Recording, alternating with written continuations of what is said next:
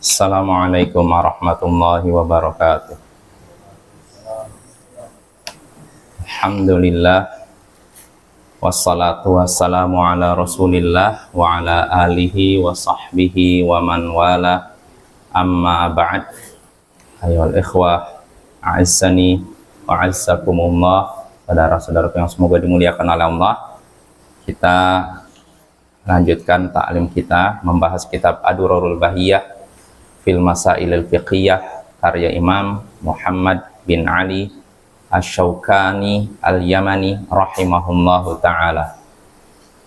Ya, pada pertemuan sebelumnya kita masih di Kitabul Ijarah, kitab tentang sewa menyewa, kalau istilahnya itu, penyewaan.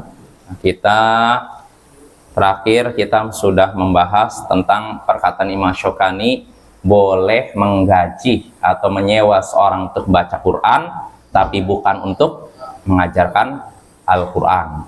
Jadi Imam Asy-Syaukani membedakan antara baca dengan mengajarkan. Kalau baca nggak apa-apa, kasih upah. Tapi kalau mengajarkan, tidak boleh kasih upah. Dan sudah kita rinci masalah ini, ada perbedaan pendapat di antara ulama. Ada yang, sebelumnya, kalau misalkan dia digaji oleh negara, Baitul Mal atau suatu yayasan atau apa, itu boleh ngambil.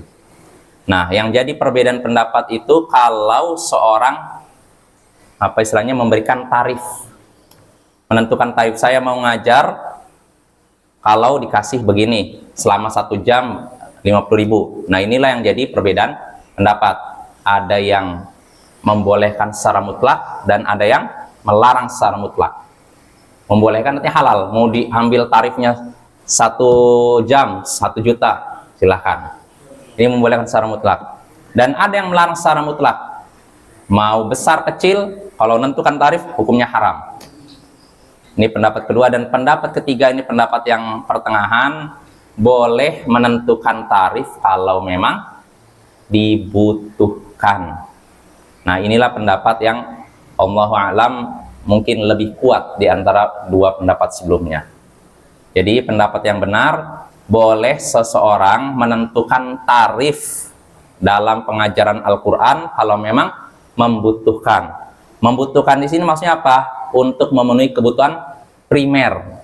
Primer itu sandang, pangan, papan, ini Bapak ya. Untuk memenuhi kebutuhan pakaian dia, atau makan dia, atau tempat tinggal dia. Ini saja. Selebihnya kalau untuk misalkan menentukan tarif supaya bisa beli motor, Beat, nah ini nggak boleh. Menurut pendapat yang ketiga ini. Jadi bolehnya kalau sekedar untuk memenuhi kebutuhan primer. Adapun kebutuhan sekunder, apalagi tersier, sekunder artinya gini Bapak, kalaupun ditinggalkan tidak mati ya, tidak mati ya, cuma nyulitkan itu. Tersier, kebutuhan yang mewah aja, sekedar untuk istilahnya kemewahan aja. Ini apalagi sekunder saja tidak, apalagi tersier. Nah, itu artinya sekali lagi pendapat yang kuat, menentukan tarif dalam mengajar Al-Quran itu diperbolehkan kalau memang dibutuhkan ya, untuk memenuhi kebutuhan primer. Nah, ini boleh, pendapat yang kuat boleh, bukan sunnah, bukan wajib Bapak. Artinya kalau seorang tidak mau menentukan tarif, bagaimana? Boleh? Tentu saja boleh ya. Bahkan itu yang lebih baik ya, lebih baik bagi seorang tidak menentukan tarif. Artinya apa adanya. Kalau mau diberikan segini silahkan. Misalkan saya ngajar gini, berapa upahnya, udah terserahlah. Itu lebih bagus lagi. Jadi tidak menentukan, dia tidak menentukan tarifnya berapa Bapak. Tapi kalau menentukan tarif, sekali lagi, kalau memang dibutuhkan maka diperbolehkan. Itu menjamak dua pendapat yang sebelumnya bertentangan ya. Menjamak dua pendapat dari dalil-dalil yang ada. Nah, itu pembahasan tentang menyewa seorang untuk mengajarkan Al-Quran. Itu juga sebenarnya berlaku juga pada membaca Al-Quran. Kalau Imam Asy-Syaukani membedakan, pendapat yang kuat tidak dibedakan, mau membaca atau ngajar sama saja. Kalau memang seorang itu membutuhkan, saya mau bacakan ini kalau memang kamu memberikan ini dan ini. Kalau memang dibutuhkan, itu boleh. Bukan cuma ngajar Bapak, membacakan pun gitu ya. Nah ini ya, ini pembahasan sebelumnya. Nah sekarang kita masuk pembahasan baru dari Kitabul Ijarah ini. Berkata Imam Asy-Syaukani rahimahullahu ta'ala, wa an yukriyal aina muddatan ma'lumatan bi ujratin ma'lumah. Diperbolehkan menyewakan barang dengan waktu tertentu, dengan waktu yang diketahui, dan dengan upah yang diketahui. Boleh menyewakan barang dengan waktu yang diketahui dan istilahnya upah yang diketahui, biaya yang diketahui. Asli gini, saya punya barang, ini misalkan apa, HP atau apapun lah, motor. Saya sewakan motor ini kepada seorang dengan waktu yang sudah diketahui, sudah disepakati. Ini saya sewakan ke kamu motor saya selama 1 minggu. Nah, dan dengan biaya yang diketahui, 1 minggu seharga misalkan berapa kira-kira? 1 juta di sini ya, 1 juta. Nah, yang seperti ini diperbolehkan Bapak ya, dengan syarat diketahui waktunya, batas waktunya, dan diketahui biayanya. Artinya kalau 2 unsur ini tidak diketahui, nih saya sewakan kamu berapa lama terserah. Nah ini hati-hati nih. Biayanya berapa? Terserah. Nah ini juga nggak boleh. Maka dalam hal ini jangan pakai istilahnya nggak enakan. Pakai kalau kata bahasa Jawanya. Artinya nggak enak menentukan tarif lah. Daripada nanti terjatuh dalam perbuatan haram, lebih baik tentukan aja. Maka jangan pakai perasaan, Bapak ya. Kadang orang kalau terlalu mendahulukan perasaan, akhirnya apa? Terjatuh pada perkara yang diharamkan. Tentukan saja nih, saya sewakan, kamu meminjam nih 1 minggunya seharga segini. Tentukan. Jangan nggak enak saya menentukan nih, orang dekat ya gimana ya, udahlah terserah. Akhirnya ketika dia pakai, nggak ditentukan waktunya, dia pakai selama 1 tahun. Pemiliknya udah ngerasa gimana gitu, mau negur nggak enak. Dan biayanya ternyata misalkan 1 tahun harusnya 1 minggu 1 juta, 1 bulan berarti 4 juta. 4 juta kali 12 lah, 48 juta. Dia bayarnya cuma 20 juta.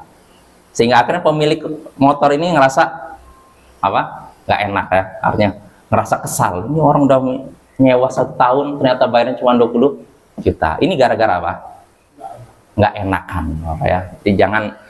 Gak enakan itu juga yang menyebabkan Abu Thalib tidak masuk Islam, paman Nabi. Padahal udah tahu bahwa keponakannya adalah seorang Nabi dan Rasul.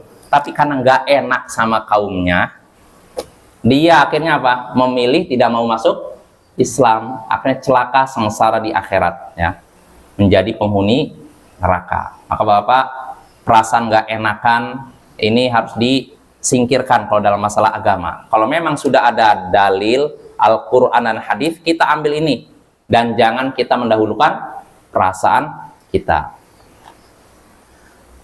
Nah itu Bapak-Bapak ya, jadi sekali lagi boleh menyewakan barang dengan batas waktu yang diketahui dan dengan biaya yang diketahui, dengan upah yang diketahui. Nah, apa dalilnya? Syekh Imam Asy-Syaukani menyebutkan dalilnya di sini.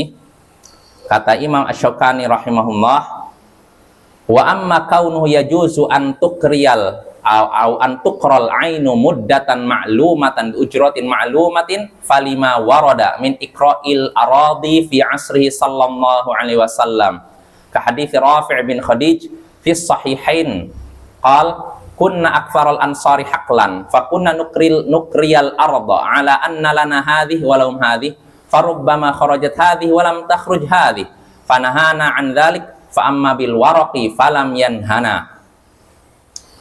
Adapun bolehnya menyewakan barang dengan batas waktu yang diketahui dan dengan upah yang diketahui, maka itu berdasarkan hadis yang menyebutkan tentang penyewaan tanah di masa Nabi Shallallahu Alaihi Wasallam.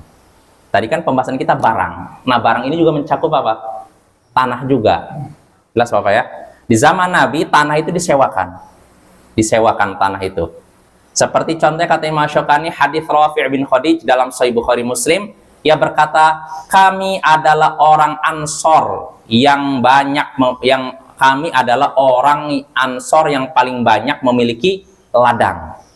Jadi dia ini, Rafi bin Khadij ini punya ladang paling banyak di antara kaum Ansor. Lalu kami menyewakan tanah dengan ketentuan ini milik kami, hasilnya yang ini milik yang menyewakan, ya, milik orang yang menyewa, maaf. Jadi kami menyewakan tanah nih dengan ketentuan nanti yang sebelah sini hasilnya untuk kami, yang ini untuk yang menyewa. Kadang-kadang yang dari kami yang tanah udah tentukan ini kan disewakannya. Yang di sini yang kami tentukan berhasil keluar ininya apa panen, yang ini tidak keluar. Maka Nabi Shallallahu Alaihi Wasallam melarang itu. Adapun kalau menyewa tanah dengan perak, maka Nabi tidak melarang kami. Artinya begini Bapak, Nabi mengizinkan tanah ini disewakan, menyewakan tanah dengan upah dengan bayaran perak. Artinya bayarnya lewat perak, bukan dengan hasil tanah yang tidak jelas. Tidak jelas artinya apa? Kadang ditentukan saya sewakan tanah ini, misalkan dengan ketentuan yang sebelah sini untuk kami, yang ini untuk kamu. Nah yang seperti ini bisa jadi nih disewakan 1 tahunnya misalkan tanah berapa biasanya sih? Berapa? Kalau menyewakan tanah, ladang semacamnya, nggak ada di sini. Anggap inilah 100 juta lah, 100 juta. Si pemilik tanah yang menyewakan tanah, nih silakan kamu sewa, bayar 100 juta, kecuali artinya dengan ketentuan 100 juta ini Oh iya, bukan 100 juta. Jadi gini Bapak, kalau 100 juta jelas ya, itu kan dengan perak boleh ya. Yang zaman dahulu tuh begini, saya sewakan tanah ini. Nah, nanti yang bagian ini ditentukan oleh pemilik tanah, yang bagian subur hasilnya untuk saya, kalau kamu bagian sana. Nah akhirnya ketika dikelola, sangat besar kemungkinan yang tanahnya subur, bagian dekat sungai misalkan, dia akan menghasilkan, sedangkan yang menyewa yang bagian kering tidak menghasilkan. Nah yang seperti ini dilarang. Terus bagaimana solusinya nanti akan disebutkan dengan keseluruhan. Kalau mau gini, nih saya sewakan, kamu olah, nanti setengahnya atau 3/4 jadi milik saya, 1/4-nya milik kamu. Jelas Bapak? Kalau ini boleh, adil kan kalau kayak gini kan. Tapi kalau ini yang bagian tanah sini, nanti ke saya, yang ini kamu, wah ini nggak adil nih. Kadang bisa jadi yang ini tumbuh, yang ini tidak tumbuh. Akhirnya apa? Yang ini untung, yang ini rugi. Jelas Bapak ya? Yang kita bahas di sini, tadi kan Imam Asy-Syaukani menyebutkan boleh menyewakan barang, ya kan? Barang, ya. Dan apa dalilnya boleh menyewakan barang? Imam Asy-Syaukani menyebutkan berdasarkan apa? Bolehnya menyewakan tanah. Jadi barang ini disamakan dengan tanah. Sebagaimana tanah boleh disewakan, begitu juga barang. Jelas insya Allah ya? Insya Allah jelas Bapak ya. Jadi tanah ini disewakan di zaman Nabi Sallallahu Alaihi Wasallam. Dan Nabi tidak melarang. Kalau memang ketentuannya biayanya jelas dan batas waktunya jelas ya. Masih gini, pembagiannya jelas. Kalau pembagian tidak jelas, nah ini yang dilarang. Karena di situ ada unsur gharar. Kalau memang bagaimana caranya? Gimana? Ini ada sebidang tangan. Ya. Orang itu berumah. Ada yang memegang nama orang. Sampai berapa tahun bisa keluar, dia menarikasi wilayah orang itu baru diberikan tanah awalnya. Gimana Pak? Pertamanya gimana? Ada orang yang memegang tanah. Pengolah tanah, ya. Saya di mana katanya. Hanya uang di spekulasi di mana. Sampai dia terbayar uang yang masih baru diberikan awalnya. Oh iya, itu boleh, jelas itu boleh itu. Enggak, maksudnya ini hasilnya diambil sendiri ya, sebenarnya boleh. Gini kan, ini bidang tanah, saya sewa ini, Mas. Jadi tanah ini seolah, hasilnya saya ambil atau umpamanya hasilnya seolah kan, saya punya setelah dibayar utangnya baru dikembalikan tanahnya ini. Iya. Hasilnya bagi. Oh iya, emang begitu kan? Ya begitu. Boleh. Boleh. Enggak, maksudnya hasilnya dari Hasilnya itu saya mau. Jadi dia nanti membayar hasil dari tanahnya punya si pemilik tanah. Utang. Ya. Seperti ini. Misalnya saya punya lahan satu PH sawah. Jadi digadaikan dah. Saya gadaikan sama Ujang. Oh, gadai. Dengan emas berapa hari emas?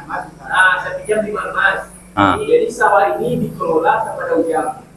Sawah itu pengelola. Iya. Dia pengelola. Dia mengelola. Sampai kamu bisa menjadi. Jadi maksudnya gini, misalkan menggadaikan tanahnya ke bapak nih, lalu dapat emas berapa tadi? Misalkan 5 emas. Nah, berarti ketika itu tanah ininya diolah sama siapa? Sama Ab, gitu. Yang olah tanah siapa? Kan udah digadaikan nih. Jadi menjelang kamu pulang kami dari main, hasil padi itu udah nggak Itu nggak bisa. Gadai itu ibaratnya gini, apa titipan. Jadi nggak boleh diotak-atik. Jadi jangan cari keuntungan dari situ. Iya, nggak boleh kayak gitu. Rambutan pokoknya kan saya pegang nih rambutan jadi saya kasih. Iya. Sampai terbayar baru saya kembalikan rambutan saya ngambil terus. Iya, jadi yang orang yang ini yang ngasih piutang ini terus ngambil manfaat tadi itu, nggak boleh itu. Itu riba namanya. Kullu qardin jarra naf'an fahuwa riba. Setiap pinjaman yang menghasilkan keuntungan maka itu riba. Itu kaidahnya, Pak ya. Kan itu pada akhirnya pinjaman kan? Ya kan? Digadaikan, nanti ini saya kasih uang, nanti kamu balikan. Baru terbayar nanti kan apa gimana? Baru dikembalikan. Iya. Kadang-kadang belum mati kayak nggak sebuah lagi. Iya, kalau itu jelas. Pembahasan kita nggak seperti itu. Pembahasan kita menyewa, bukan menggadaikan. Pembahasan kita menyewa. Artinya begini, seorang misalkan saya punya tanah 1 hektar, lalu saya sewakan kepada seorang, misalkan 1 tahunnya anggap 100 juta. Maka hasil panennya milik buat dia. Iya, yang rental. Kecuali modelnya gini. Modelnya seperti kayak apa, mudharabah, apa istilahnya bagi hasil. Misalnya gini, saya punya tanah, kamu yang ngolah. Nanti bibit dari saya misalkan. Nanti kalau panen 70% milik saya, 30% milik kamu. Nah, itu boleh, itu. Boleh, jadi bagi hasil panennya. Iya, begitu. Tapi kalau kasus tadi itu kan digadaikan. Ibaratnya diberikan pinjaman, orang yang menggadaikan ini kan dia dapat pinjaman, maka orang yang menerima barang gadai ini tidak boleh manfaatkan barang gadainya. Entah itu sawah kah, mobil kah, motor, nggak boleh. Ya, kecuali kalau sifatnya seperti hewan. Kadang hewan ini kan kalau tidak tidak dikasih makan atau apa kan khawatirnya tidak dirawat. Maka dalam hal ini, nah itu lain lagi. Tapi kalau sesuatu yang nggak ngebutuhkan makan dan semacamnya, maka itu nggak boleh diotak-atik. Ya, itu amanah. Kalau kontrak rumah gimana, Ustaz? Jadi dia kontrak rumah itu 10 tahun. Jadi di belakang itu kan ada lahannya gitu. Dia menanam apa, mau buat apa lah gitu kan. Jadi pas dia pindah, tinggalkannya apa itu ladang tersebut yang misalnya. Iya. Apa itu jenis riba juga guys? Enggak, itu milik si yang kontrak. Ya, dia kan tapi dia pindah. Itu ditinggalkannya. Oh ya, itu mungkin sesuatu yang dimaklumi lah. Kalau misalkan dia ngambil, berarti milik pemilik rumah kan? Enggak riba, enggak. Beda. Kan dia bukan pinjam meminjam, dia nyewa. Nyewa, iya. Enggak masalah. Artinya gini, ketika orang yang ngontrak rumah ini, dia kan otomatis bukan cuma ngontrak rumah, tapi lahannya juga kan? Nah, ketika dia menanam di lahan tersebut menghasilkan buah-buahan atau apapun, ini hak orang yang nyewa ini, kontrak. Tapi kalau haknya digugurkan lalu diambil sama pemilik rumah, ya terserah dia. Itu bukan riba. Riba itu kalau misalkan pinjaman. Saya minjamkan sesuatu, ini saya pinjamkan ini tapi saya pakai motor kamu. Saya pinjamkan ini nanti saya pakai rumah kamu. Nah, ini namanya riba. Karena ada keuntungan. Dia ngasih pinjaman tapi dapat untung. Kalau ini sewa menyewa bukan pinjam-minjam. Gak masalah. Beda kan Bapak ya, sewa menyewa sama pinjam meminjam. Beda. Kalau sewa menyewa artinya ada ini ya. Jadi kalau si kontrak nggak mau ngasih, dicabut aja lah. Sip. Apanya dicabut lagi. Apanya? Tanaman. Oh, Kalau diambilnya kan salah. iya nggak masalah, mau diambil nggak diambil silahkan ya. Mangganya dicabut lagi. Iya, tapi sebagusnya ditinggalkan. Kenapa? Ketika seorang menanam itu jadi amal jariah juga. Selama buahnya dimakan orang, pahala dia dapat pahala. Gak ada ruginya. Jadi Bapak kalau sempat kita menanam, disebutkan dalam hadis, kalau misalkan besok terjadi hari kiamat, kata Nabi, sedangkan di tanganmu ada benih, maka tanamlah. Artinya dalam Islam kita dianjurkan cocok tanam.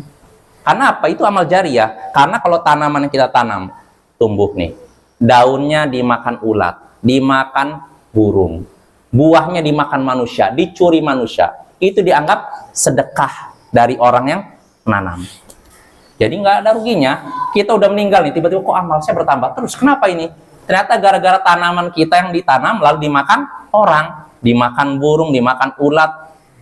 Jadi nggak ada ruginya, Bapak ya. Jadi kepemilikan pohon itu apakah jadi jadi punya rumah atau boleh kan kita jadi pemilikan penyewa? Saya gini ya, saya kan nanam dalam rumah tuh, mangga, kalau saya tinggalkan di kontrakan, setelah saya balik. Ya bicarakan aja dengan pemilik rumah. Gimana nih? Saya boleh nggak cabut ini? Bukan sama, buahnya saya pilih gitu. Ya bicarakan aja, bicarakan. Asalnya kan itu haknya yang menyewa, hak yang mengontrak. Cuma kan setelah dia udah selesai, udah hak dia kan udah nggak ada lagi di situ. Otomatis kan secara otomatis punya orang tangganya juga. Karena kan dari akad yang pertama tuh nggak ada dia. Oh kamu tanam. Oh iya, Tanam, betul. Saya bolehkan kamu nanam, ada gitu kan. Bahkan kalau rumah di tempat-tempat marah. Ya kembali kepada uruf, kebiasaan. Kalau kebiasaan suatu masyarakat toleransi, biasanya kan ada sebagian orang di masyarakat nggak apa-apa orang yang ngontrak nanam-nanam, ya silakan. Tapi kadang di beberapa tempat nggak mengizinkan Bapak, karena pemilik rumah udah setting begini, loh kok ditanam ini, dia nggak suka.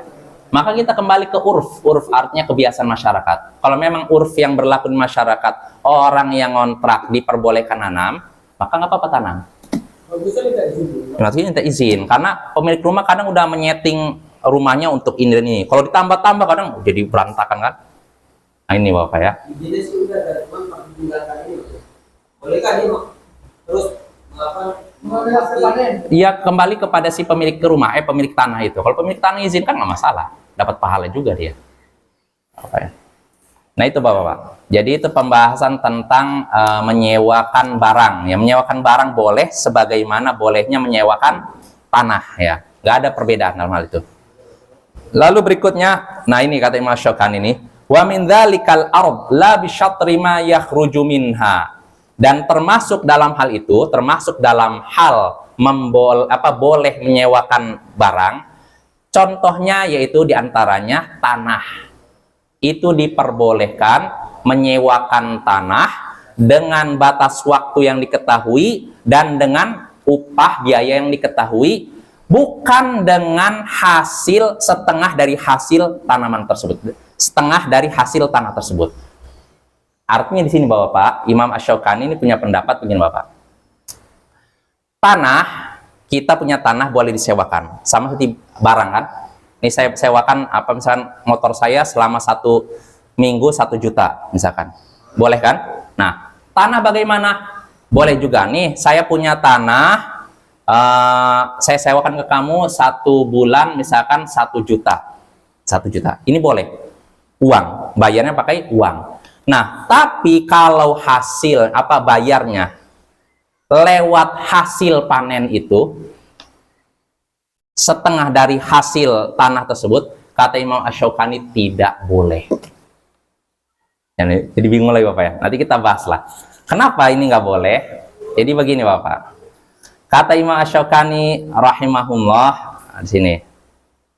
Nah, wa amma kaunu la yajuzu iqra'ul ardi bi syatri ma yakhruju minha min thamarin aw zar' lianna ahaditha anna nabiyya sallallahu alaihi wasallam amal ahla Khaybar bi syatri ma yakhruju minha min thamarin aw zar' wa in kanat thabitatan fi sahihain wa ghairim fa hiya mansukhah bimithli hadits Rafi' al-mutaqaddim.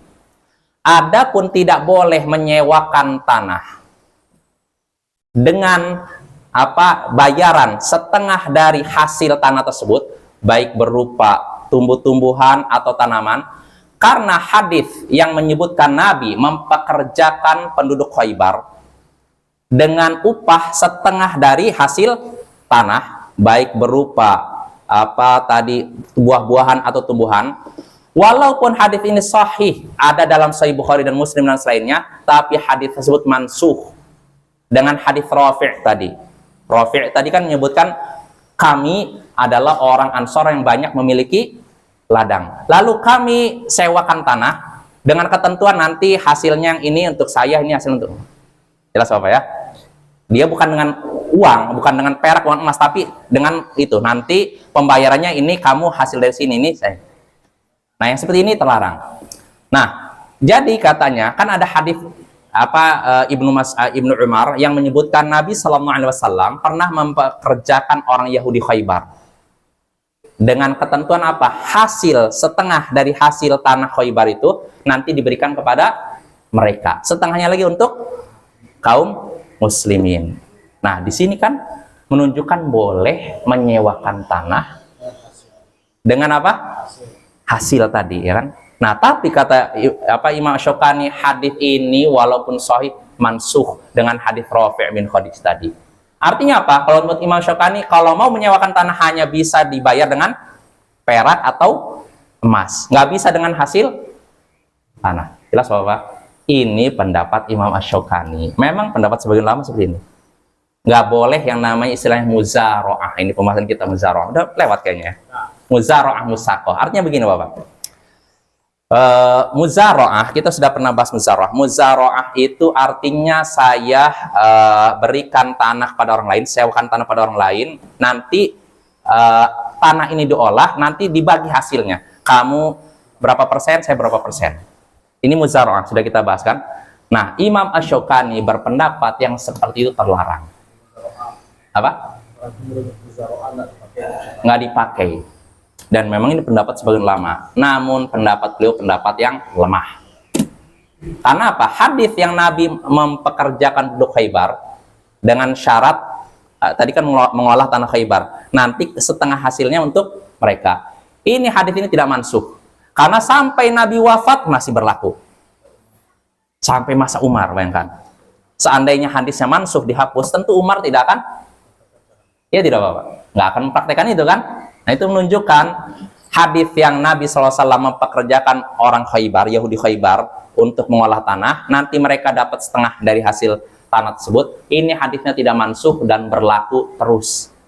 Maka dalam hal ini, kita kembali lagi ke perkataan Imam Syukani. Pendapat Imam Syukani pendapat yang lemah. Yang benar, kita boleh menyewakan tanah kepada seorang dengan tadi, pembayarannya lewat hasil tanah. Jelas Bapak ya.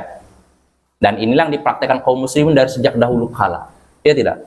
Dari zaman Nabi sampai sekarang kan?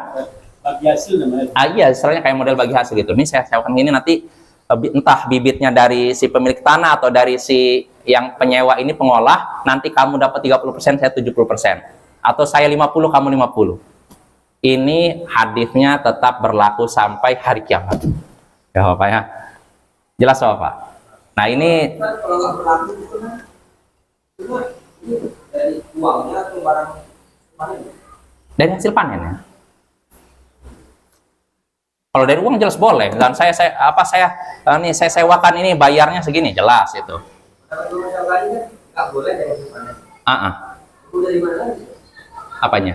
Mau dari mana lagi bayarnya? Uang, perak, emas. Iya kan untuk dapat uang lagi harus dijual dulu hasil panennya. Enggak, masih gini. Yang dibolehkan Imam Syukani, misalnya ini saya punya tanah 1 hektar nih. Ada orang mau nyewa tanah saya, bayarnya berapa? 5 emas misalnya contohnya tadi. Bayar pakai emas, atau pakai perak, atau pakai rupiah atau dolar. Ini yang boleh. Adapun lewat hasil itu, hasil tanah, nggak boleh. Apanya? Sewa dulu ya. Iya. Hasil ya. Apanya? Bayar di depan atau di belakang? Nggak ditentukan. Yang penting diketahui bayar biayanya berapa, batas waktunya sampai berapa. Jelas Pak? Itu mulai lagi mau bayar itu kan harus hasil dulu panennya. Tahu ada simpanannya di rumah. Iya. Orang-orang Oh, berarti prabayar gitu saja. Ah. Kenapa? Prabayar. Enggak mesti begitu. Yang penting jelas biayanya berapa, batas waktunya sampai kapan. Akadnya harus jelas. Memang nggak mesti bayar ini, bisa bayar nanti pun nggak masalah. Yang penting ada kesepakatan. siap di depan ibarat. Nggak mesti. Hah? Pendapat kita kan aneh nggak usah. Nggak boleh bayar di depan itu dari mana lagi kan bayar. Kan gitu. Nggak boleh bayar panen yang mana? Panen. Iya justru itu, makanya pendapat Imam Syaukani pendapat yang lemah.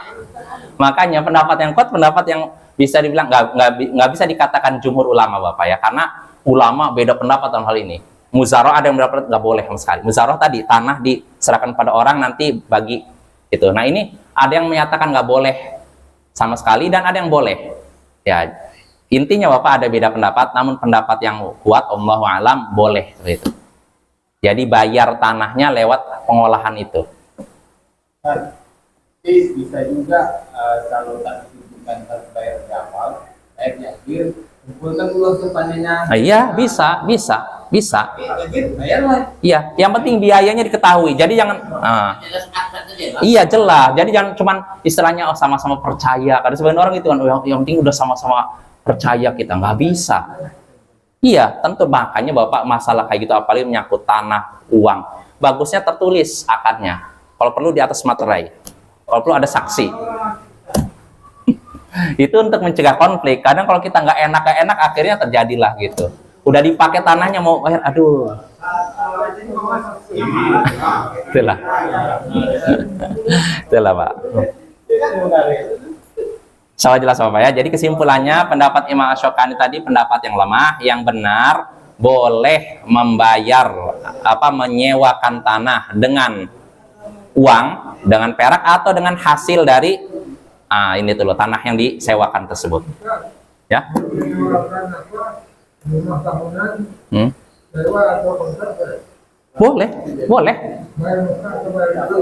Boleh. Yang penting ini aja ada akadnya jelas. Ada pembicaraan misalkan Pak saya mau ngontrak rumah ini tapi bayarnya nanti ya 1 tahun lagi. Boleh aja. Jadi tapi Pak, iya biayanya harus diketahui jelas dan batas waktunya harus jelas. Jadi jangan misalkan biayanya berapa terserah aja deh. Terus kapan batas waktunya terserah juga. Nggak boleh begitu. Harus jelas. Itulah makanya. Kalau misalkan batas waktunya jelas, biayanya jelas kan orang mikir-mikir. Apalagi kalau ada saksi Bapak. Itu mikir-mikir. Apalagi di atas materai. Orang mau macam-macam mikir ya kan. Ya dari malam Pak. Hah? Tahunya kan tempo sebulan lagi kan. Libur dia malam. Itulah.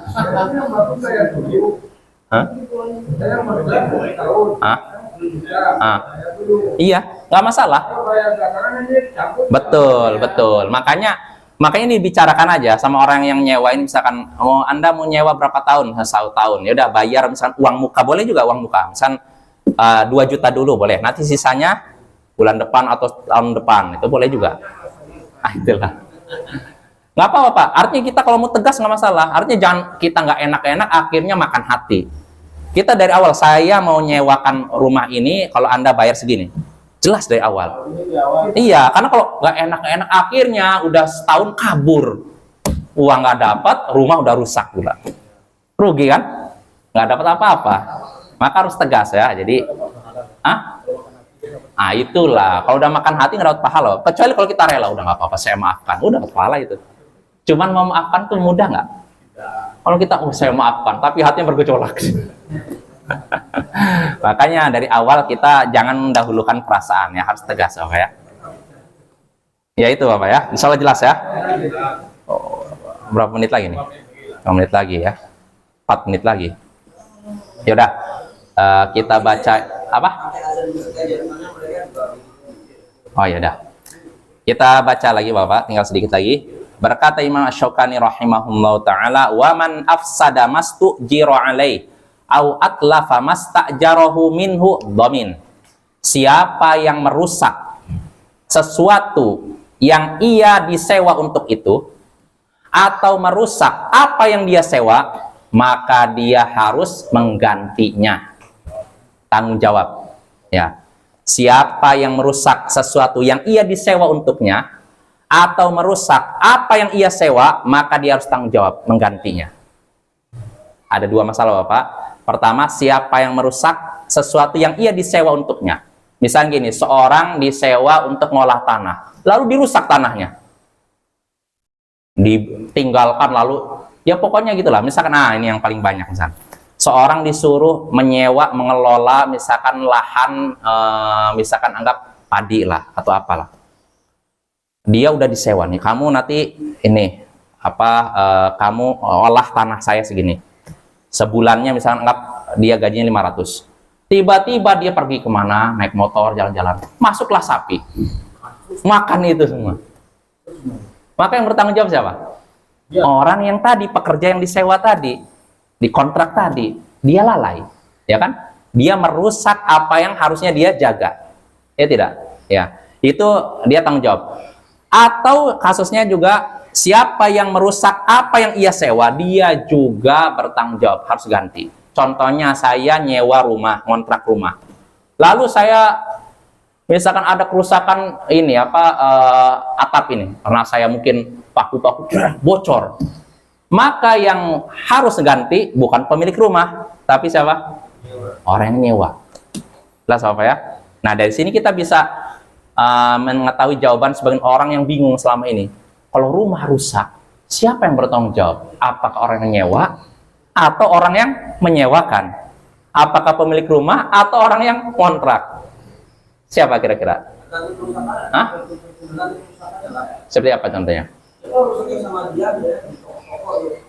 Sama pemilik rumah. Maksudnya sengaja atau nggak sengaja, Ustaz? Mau sengaja nggak sengaja, orang yang nyewa. Badai lah, rusak atapnya, Oh, itu lain itu kan. Ya itu dibicarakan aja sama pemilik rumah. Gimana nih kondisinya begini?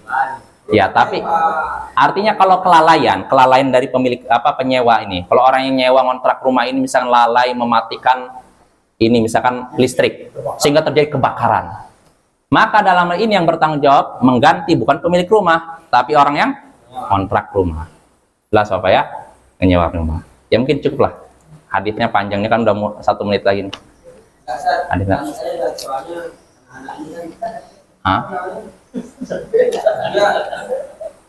Patokannya surau itu karena ada azan. Iya. Iya, agak panjang saya. Nanti ini mau bahas masalah pengobatan, masalah apa nanti soal pertemuan berikutnya. Karena ini ada hubungannya dengan orang nanti Bapak yang tatabub, pura-pura jadi dokter, mengobati suatu lalu pasiennya mati misalkan. Nah, ini kan nyambung dengan ini kan? Nah, ini malpraktek istilahnya. Makanya ini agak panjang. Insya Allah akan kita bahas pada pertemuan berikutnya. Subhanakallahumma bihamdik, asyhadu an la ilaha illa anta, astaghfiruka wa atubu ilaik. Assalamualaikum warahmatullahi wabarakatuh.